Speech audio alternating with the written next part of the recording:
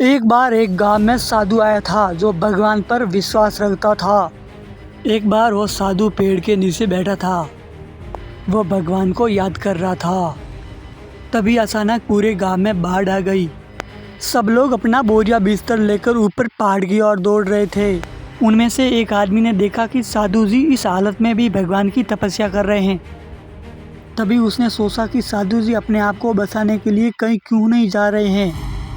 उसने साधु से बोला, अरे साधु जी, आप मेरे साथ चलो अन्यथा डूब जाएंगे।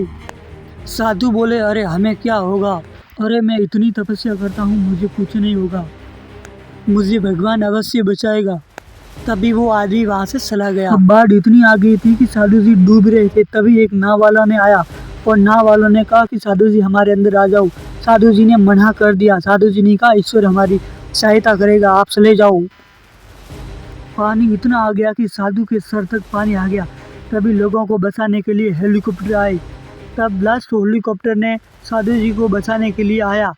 लेकिन जब साधु जी को बोला कि आप लास्ट हेलीकॉप्टर हैं, आप इसमें आ जाओ, तभी साधु जी ने बोला, नहीं तुम चले जाओ, मुझे ईश्वर स्वयं बचाएगा, क्योंकि मुझे ईश्वर पर भरोसा है।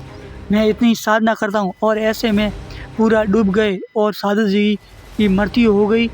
और जब साधु जी स्वर्ग में पहुँचे तो भगवान से बोले कि मैंने आपकी इतनी तपस्या की, इतनी साधना की, फिर भी आपने मुझे नहीं बचाया और मैं मर गया। ये बात सुनकर भगवान जी नारायण बोले कि तुम मूर्ख हो, तुमको बचाने के लिए मैंने तीन चीज़ें भेजी थी, हेलीकॉप्टर भेजा, लेकिन तुमने मेरी बात मानी नहीं। पता नहीं कहाँ से आए हो, तुम्हें पूरा विश्वास ही नहीं था मेरे पर। इसलिए मेरे ऊपर पूरा विश्वास रखो और जब भी आपको मौका मिले आप मौके का फ़ायदा उठाओ और सहायता अवश्य मिलेगी आपको। आप सहायता का फ़ायदा नहीं उठा पाते हो और समझ नहीं पाते। अगर ईश्वर से आपको सहायता मिले तो आपको ज़रूर सहायता लेनी चाहिए।